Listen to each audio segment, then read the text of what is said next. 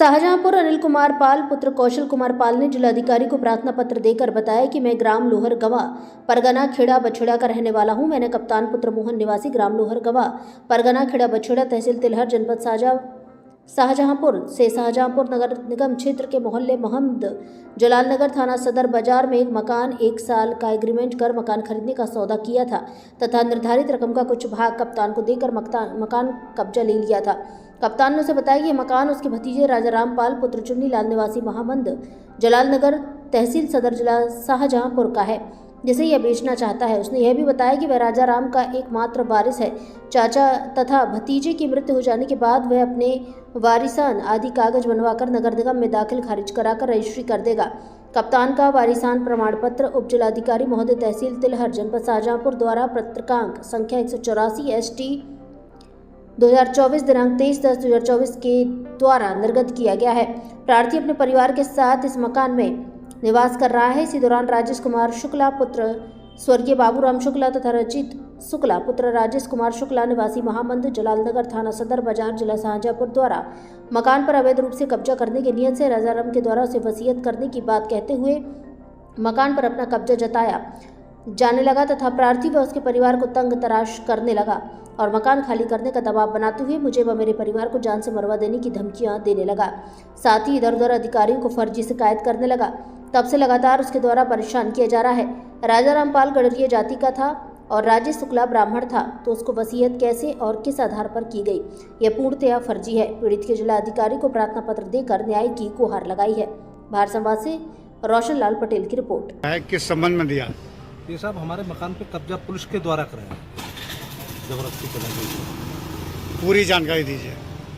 Sir मैं वहाँ पे रह रहा था, मेरे बच्चे वहाँ पे रह रहे थे सर।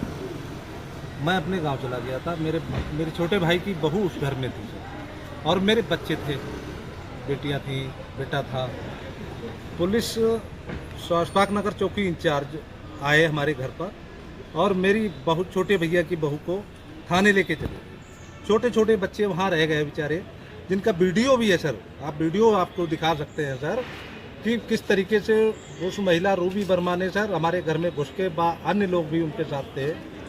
वीडियो है सर मेरे पास, जब आप देखेंगे तो आपका भी दिल पसीज जाएगा सर। ये पोजीशन की है।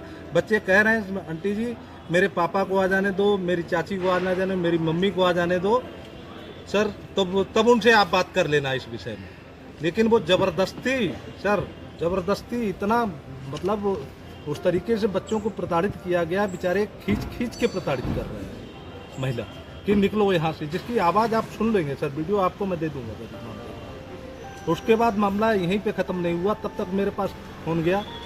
फिर मैं बहुत तेज़ मतलब बाइक से आया, मैं आसपास में ही आ चुका था। जब तक चौकी इंचार्ज ने कहा तुम भी थाने आओ, तो मैं आ रहा था रास्ते में, तो पता लगा उस महिला को उन्होंने थाने से छोड़ दिया।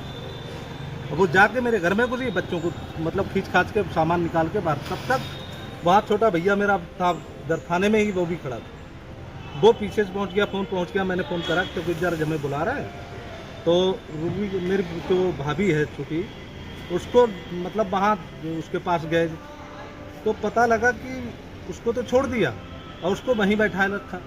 फ़ोन करा तो किसी ने फ़ोन करा कि तुम्हारे घर में रूबी महिला घुस गई है, वो तुम्हारे बच्चों को मार पीट रही है बुरी तरीके से, उसके साथ अन्य लोग भी हैं।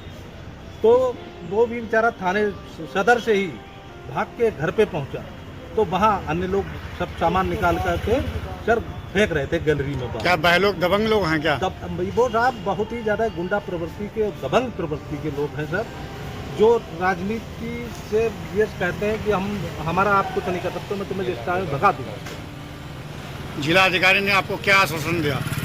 जिलाधिकारी महोदय ने आश्वासन दिया कि कार्रवाई कराई जाएगी, आपको न्याय मिलेगा और आपको न्याय दिलाएंगे। उन्होंने एसपी साहब के यहाँ इंडोर मार्क कर दिया है कि जाइए एसपी साहब से मिलिए, पुलिस में आप जाके बात करिए। एसपी साहब से जब मैं मिला वहाँ से, तो उनके मामला सिटी मजिस्ट्रेट साहब के संज्ञान में है। अब आप वहाँ जाइए। मैं सिटी मजिस्ट्रेट साहब के पास भी मिल लिया हूँ। उन्होंने 4 बजे का समय दिया है कि आपको हम 4 बजे इंस्पेक्टर सदर को बुला रहा हूँ। कब की घटना है ये? ये सर पहले तो